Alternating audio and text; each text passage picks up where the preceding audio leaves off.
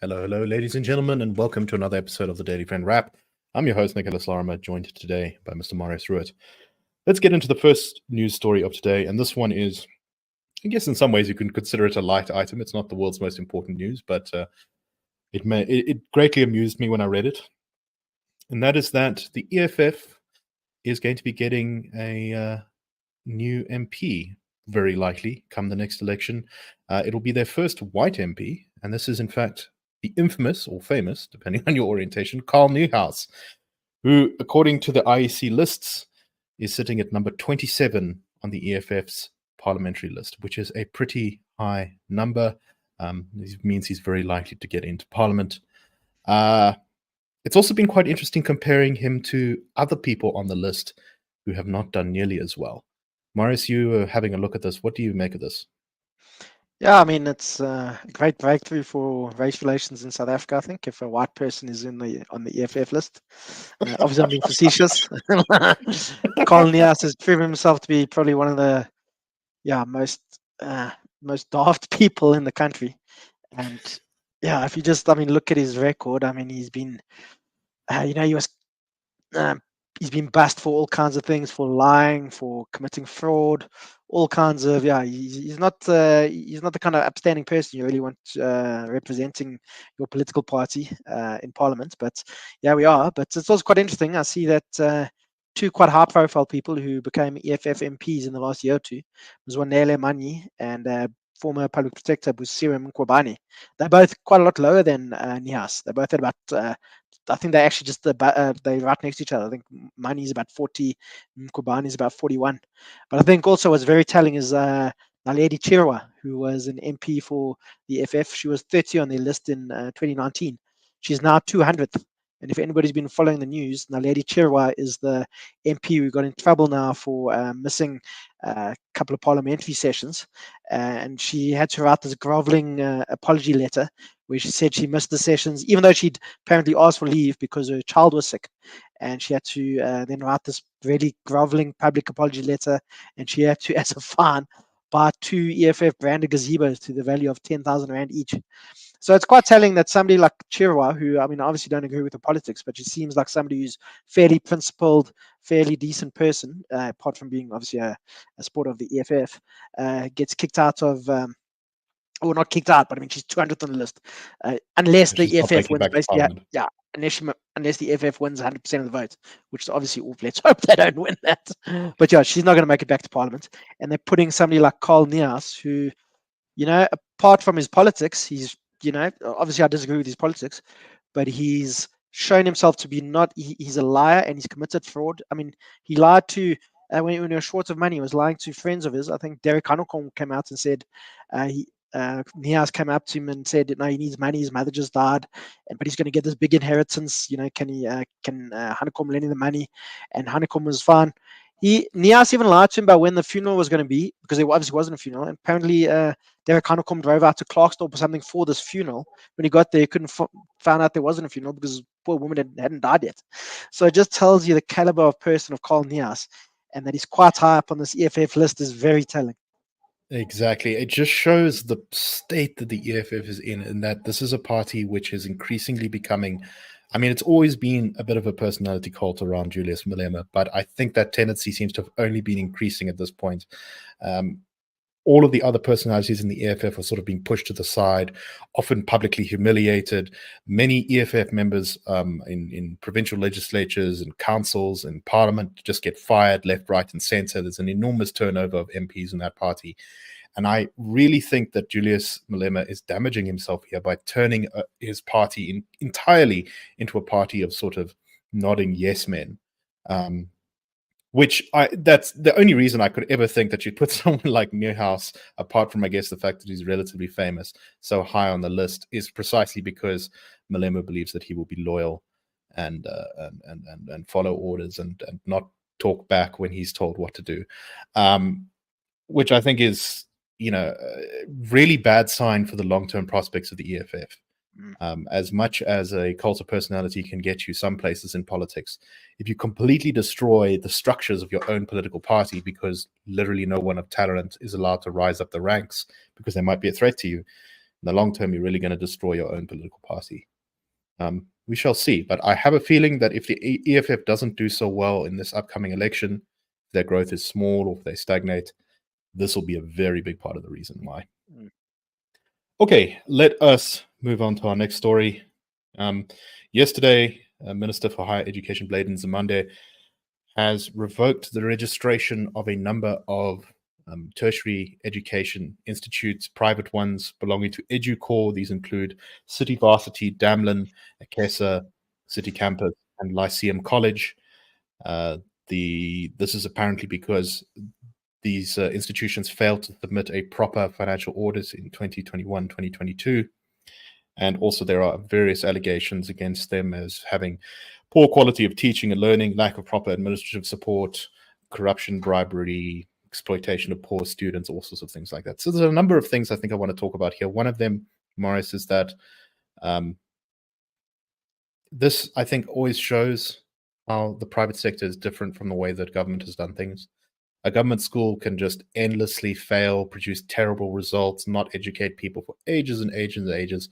And at worst, they'll get a intervention from the department where they'll have some sort of special courses done. And very often, a lot of people get off the hook or there's not much change in those schools. Whereas when the private sector messes up, there are very real consequences and there's change in the market, there's competition. There are other private tertiary education institutions out there which are, I think, very happy, even though this is very damaging to the lives of many of the students who are going to these institutions, who are feeling probably quite ripped off right now, that those other private institutions may be able to snap those students up. But at the same time, it also worries me a little bit, because here we see the ANC government being very quick to jump on the head of a private institution, private education institution that doesn't seem to be performing well, in a way that it never would on a public institution. What do you make of this, Morris? Yeah, I suppose in a way it tells you the system's working. Obviously, it's not if the accusations from the government's correct, then they've probably made the correct decision here by taking away the registration of these colleges and so on. It's obviously not very good for the poor people that are studying there. A lot of them are going to be, lose a lot of money and be put back a couple of years, which is obviously very unfortunate. But then, as I say, it shows you the system's working and is making sure that people or organizations that aren't able to provide a service are then being stopped from providing their service. But I think you're exactly right. The public sector is held to a bit of a lower standard than the private sector. And there've been problems at a lot of universities, public universities around South Africa. UNISA comes to mind, where there've been problems where, just curriculums haven't been done properly. There hasn't been marking. Places are running out of money and money is getting stolen. I mean, there's at Walter Sisulu University, I think it's the Vice Chancellor, Sakele Buhlungu, I think his name is, who had to get a bodyguard because people were wanting to kill him because he was cracking down on corruption and so on. So that's probably a bit worse than what's happening at these private colleges. But yeah, it's unfortunate. It's also that sometimes happens, and it's obviously terrible for these people. But hopefully they'll be able to, or for the students rather, hopefully they'll be able to find other places where they can go study. And as you say, it's a big opportunity for other players in the market. Organizations such as Advotech and so on will probably going to be looking at this as possible acquisition targets.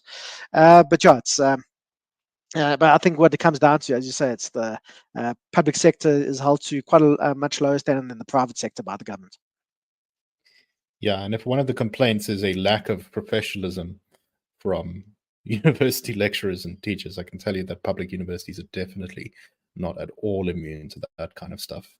I have seen and heard many things in my time in public universities that would suggest that, that there's a bit of a double standard here. But anyway, last story for today, and this is the West African nation of Senegal, which has had a successful transfer of power after an election that got pretty spicy, shall we say. And the main opposition leader was arrested and was in jail until, I think about a month ago, just before the election was to take place. The outgoing Senegalese president, Macky Sall, has conceded defeat after losing the election to his opponent, Bassirou Faye. The outgoing president, in his conceding speech said that the real winner here was Senegalese democracy. There've been a lot of fears in the run-up to this election that the government was essentially trying to stifle Senegalese democracy, crack down on it, and end it. But it seems at the end of the day, when the votes came in, the old president is stepping aside gracefully and conceding defeat, showing that it is indeed possible, even in pretty poor countries like Senegal, to have peaceful and successful democratic transfers of power. Marius, what do you make of this? Forgive me, I just need to correct you. Point out that Macky Sall was he was standing down as president, but his preferred candidate, a guy called Amadou Ba, was the guy who lost the election now. But it's obviously Senegal's always been pretty stable in the region. It's always been fairly democratic. West Africa has always been a place where it's always quite unstable. There's been a handful of countries that are okay. So, I mean, Senegal's one of them, Ghana's another, I think. But a lot of the countries, there's been, especially a place like Nigeria, there's a history of military juntas taking over there. We've seen recently places like Niger and Burkina Faso, and I think Mali as well. But, they've been military coups. So it's nice to see in a place like Senegal, who I'm open to correction. I don't think they've ever been governed by the military. I think they've always been governed by civilians. But it's good to see that a country like Senegal can have a peaceful transfer of power, and it remains to be seen how this guy does. Just reading a bit about him, he seems to be a bit of a left-wing guy. Not that that's always inherently a bad thing. Sometimes lefties can run places half decently, but we have to see if the Senegalese fellow will be able to. And he's also quite a young guy. He's only 44, so it makes me feel a bit unsuccessful, considering I'm also 44 and not likely to be president of any country anytime soon. But it's something to look at, and I think it's a good lesson for us. And that we must also remember the current president tried to postpone these elections till about September, I think, for whatever reasons, and the judiciary said no, that's not going to happen, and the elections were run when they were supposed to. So even though the kind of establishment was trying to undermine democracy, democracy won out in the end, and that's definitely something to be applauded and celebrated. And let's hope that this new fellow can do what he needs to do in Senegal, and that it works out for the Senegalese people. But it's good to see a peaceful transfer of power there, and let's hope that things get better for not just Senegal but the region as well. Right, and if the new guy doesn't perform, they'll be able to throw him out because the democratic institutions have remained strong. Okay, thank you very much for listening. We hope that you enjoyed the show. We will see you tomorrow.